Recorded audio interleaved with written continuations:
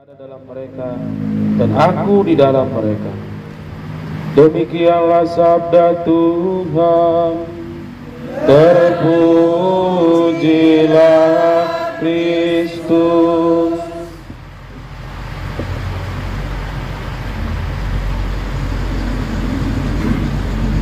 Bapak, Ibu dan saudara-saudara yang terkasih dan semua keluarga yang dicintai oleh Tuhan. Mungkin jarang kita bertanya ataupun karena sudah terbiasa barangkali, tapi kita tidak tahu makna dari apa yang sering kita lakukan. Kalau kita lihat di sini, bunga ini indah dan tidak semua momen dalam kehidupan kita bisa mendapat dekorasi atau hiasan seperti ini. Kalau boleh kita buat garis besarnya, barangkali baptisan tidaklah sebanyak ini bunganya. Yang kedua mungkin perkawinan, boleh menjadi banyak bunganya, entah di pelaminan dan juga di gereja. Dan satu momen lagi dalam kehidupan kita sering misalnya berziarah.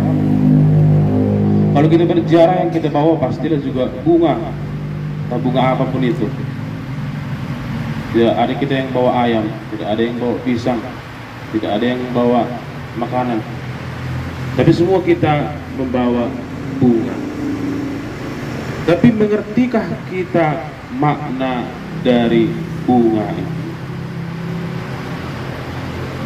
Banyak tafsirannya, tapi yang jelas adalah sebenarnya bunga ini tidak ada gunanya, ini nggak bisa kita makan, dan ini mahal. Tapi ya, kenapa kita buang-buang uangnya kan gitu? Tapi ada sebuah makna yang begitu mendalam dari bunga ini. Apa itu kira-kira, Bapak, Ibu dan saudara terkasih?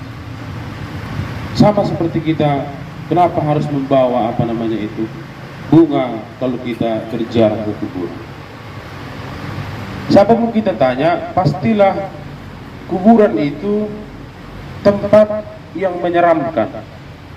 Umumnya seperti itu, kecuali orang yang sudah sedikit agak lari, dia sudah agak lari ampernya. Siapapun kita tanya, pasti orang takut ke kuburan. Umumnya, boleh jadi ada pemberani barangkali, tapi umumnya pasti manusia seram. Seperti itu pikiran. Itu yang pertama, Bapak, Ibu dan saudara yang terkasih. Melihat kuburan saja orang sudah takut, apalagi menghadapi yang namanya kematian. Siapapun takut. Siapapun takut menghadapi yang namanya kematian. Entah dia, apalagi dia masih muda, misalnya seperti saya, misalnya masih takut saya mati, walaupun saya pasti karena masih muda. Walaupun orang sudah tua juga pasti takut juga mati. Permasalahannya, Bapak, Ibu dan saudara yang terkasih, mau takut atau tidak, kita semua akan mati. Kenapa dibuat hiasannya bunga? Jawabannya satu, mau menggambarkan sebenarnya seperti kata kitab suci, bahwa kematian itu adalah sesuatu yang indah. Itu dikatakan. Kalau Paulus mengatakan seperti itu, sesuai dengan ajaran Kristen, maka dibuat di situ bunga melambangkan apa? Bahwa orang tua kita ini, ibu ini sudah memasuki kehidupan yang begitu indah bersama Tuhan. Itu iman Kristen. Makanya dibuat bunga ini. Sama seperti misalnya orang yang menikah, kita katakan selamat menempuh hidup baru. Dengan ucapan bunga itu, dia memasuki hidup yang baru. Sampai misalnya pengantin itu harus bawa bunga terus dia kan. Artinya apa? Dia masuk sebuah hidup yang baru yang tidak diperolehnya sebelumnya. Walaupun barangkali sama saja orang, tapi secara kasat mata orang yang menikah itu juga mengalami sebuah hidup baru. Walaupun dia orangnya sama, hal yang sama juga dalam iman kita, Bapak, Ibu dan saudara terkasih. Tapi di sisi berbeda. Orang yang sudah wafat, kita katakan orang sudah meninggal, itu hidup bersama Allah, yang tentunya hidupnya berbeda dengan hidup kita dunia ini.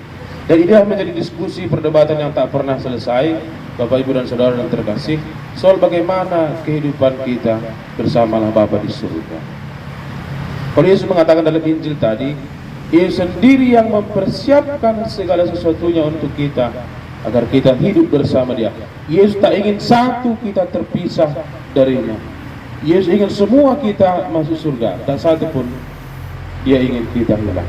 Maka Bapak Ibu dan Saudara terkasih, yang menjadi permasalahan adalah apa itu?